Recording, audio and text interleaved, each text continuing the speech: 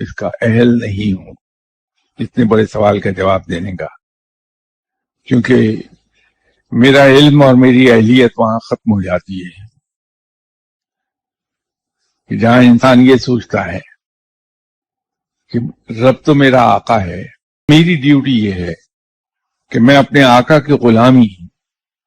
اس طرح سے کروں جس طرح سے غلامی کا حق ہے۔ تو مجھے تو صرف نظر رکھنی ہے اپنی کنڈکٹ پہ کہ میں اس طرح سے غلامی کر پایا کہ نہیں کر پایا جیسے غلامی کا حق ہے۔ تو اگر میں ویسے غلامی کر پایا تو بات ختم ہو گئی، باقی آقا اپنی مرضی کا مالک ہے، وہ چاہے تو اپنی دوستی عطا فرما دے، چاہے تو رد کر دے، وہ مالک ہے۔